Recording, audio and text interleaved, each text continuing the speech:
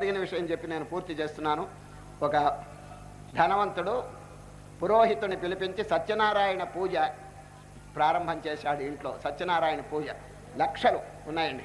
ఆ పురోహితుడు వచ్చి సత్యనారాయణ పటం పెట్టి పూజ మొదలు పెట్టాడండి. మొదలు పెడితే ఈయన గారు అక్కడ కూర్చున్నారు. ధూపం అన్నాడండి.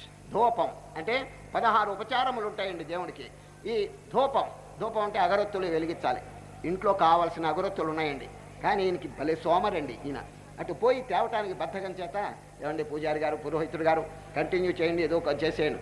వారు ఏం చేస్తారు, ఈయన వెళ్ళకపోతే అగరొత్తులు తేకపోతే ఏం చేస్తారు చెప్పండి. ధూపార్థం అక్షతాన్ సమర్పయామి అనేసాడండి ఆయన. ధూపం బదులు అక్షంతలు వేసేస్తున్నాను, పూజలు వేసేసాడు. తర్వాత నైవేద్యం కావాల్సిన చేశాడు పలహారం ఇంట్లో. కానీ తేవటానికి బద్ధకం చేత పురోహితుడు గారు కొనసాగించండి అన్నాడు. ఆయన కూడా నైవేద్యార్థం అక్షతాన్ సమర్పయామి అనేసినాడు. ఈ విధంగా పూజ అంతానండి 16 ఉపచారములు అక్షంతలతోనే పూర్తి అయిందండి. పూజ అంతా అయిన తర్వాత ఆయనకి దక్షిణ ఇచ్చి పంపించేశారు.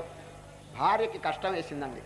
భగవంతుడు ఇంత సంపద ఇచ్చినాడే, పలహారములు ఉన్నాయే, అగరవత్తులు ఉన్నాయే, కర్పూరం ఉంది, పండ్లు ఉన్నాయి, ఏమి దేవుడికి పెట్టకుండా అన్ని అక్షంతలతోనే పూర్తి చేశారని ఈయన సరి అయిన పాఠం బోధించాలని చెప్పి కాచు కూర్చుందండి ఎవరు భార్య.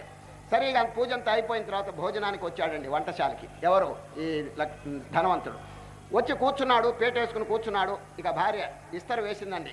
వేసి అన్నార్థం అక్షతాన్ సమర్పయామి, అన్నం బదులు అక్షంతలు పెడుతున్నాను అని పెట్టేసిందండి. పూని ఏమైనా కూర పెడుతుందేమో అనుకున్నాడండి. శాకార్థం అక్షతాన్ సమర్పయామి, చుట్టూ అక్షంతలు పెట్టేసిందండి. తినండి మహానుభావ తినండి అనుకుంది. ఏమే ఇట్లా చేసినా, ఏమండి దేవుని పూజకి ఆ విధంగా మీరు చేసినారే, మీ పూజకి మాత్రం అన్నీ కరెక్ట్గా ఉండాలా? తప్పు కదా మీరు చేయటం. శ్రద్ధతో చేస్తే కానీ అది పూజ కాదే. సాక్షాత్ భగవంతుడు సత్యనారాయణ ఎదురుగుండా ఉన్నాడనే భావన ఉన్నాడు, ఇటువంటి పనులు చేస్తాడా అని మందలించిందండి. సరే ఈసారి బాగా చేస్తాను, ఇప్పుడు వడ్డించమన్నారని. చూసా, ఈ విధంగా శ్రద్ధ లేనితో చేయని దానితో సమానం అని శ్రీకృష్ణ పరమాత్మ చక్కని శ్లోకం. అశ్రద్ధయా హుతం